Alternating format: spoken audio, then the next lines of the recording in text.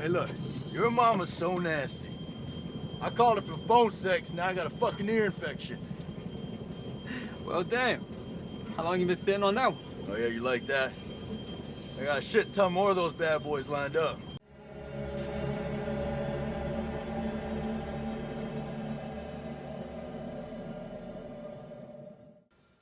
Hey there, fellow gamers, and welcome to the channel. House of Ashes was, for me, one of those games where the initial trailer doesn't really grab my attention, but once more is revealed, things change. Besides, I was sort of committed to at least keep an eye on this entire anthology, so chances of me skipping a game were very slim. Being the third game in the series, House of Ashes follows in the footsteps of its predecessors to try to deliver another interactive horror experience. What that means is that gameplay is pretty much identical to the previous games in the series, taking very small steps towards new things and quality of life improvements. As I already went into gameplay details while reviewing Little Hope, I won't repeat myself here. I do want to point out the few new elements though. One interesting addition is that you're now able to choose the difficulty when starting a new game. This of course affects the QuickTime events in addition to the existing accessibility options that have been present before and kept here too. The second interesting yet small change is that House of Ashes completely abandons fixed camera angles in favor of a classic third-person camera. Little Hope already moved in that direction, but still used fixed angles in some instances. In this game, they are completely gone to the benefit of the experience. Story-wise, House of Ashes makes an attempt at action horror, the story of soldiers during the Iraq War running into something deadly and unexpected and doing their best to survive works well and gives off some Alien 2 vibes. The acting here leaves a much better impression than Little Hope did, providing a bunch of well-acted, albeit pretty cliché characters. The US side offers a tough CIA chick, a hopeless guy in a position of authority, a traumatized guy, and a classic American. Pretty cliché, like I said, but entertaining enough and well-acted. The one standout is Salim, an Iraqi soldier caught up in the same mess as the Americans, trying to find a way around their prejudices and through the horrors back to his son.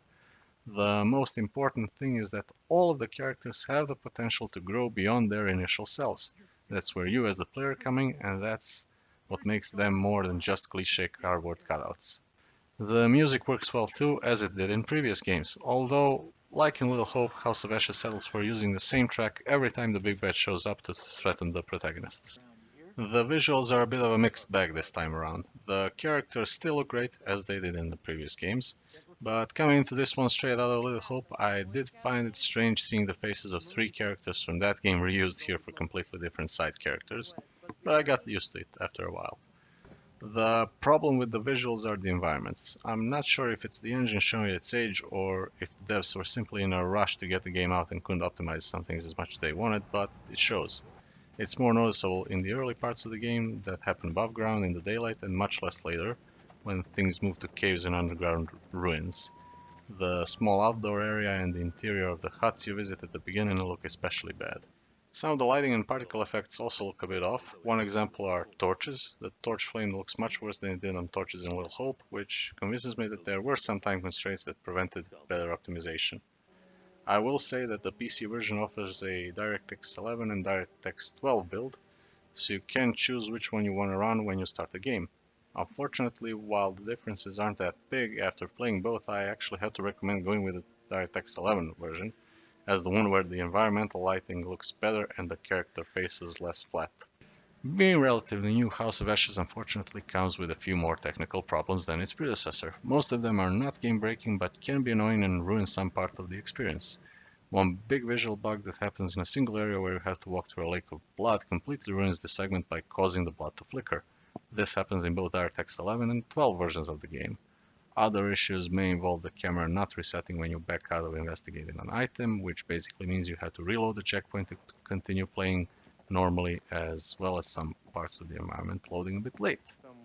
In terms of playtime, one playthrough is again around 6 hours long, with the game offering solid replayability thanks to its branching narrative.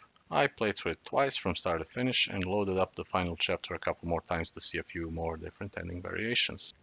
In the end, House of Ashes offers an experience that balances a solid story and horror fairly well. It's less scary than Little Hope, but the overall story and presentation is more coherent and more entertaining. It's a good time, but be mindful of the technical issues when deciding if or when to get the game.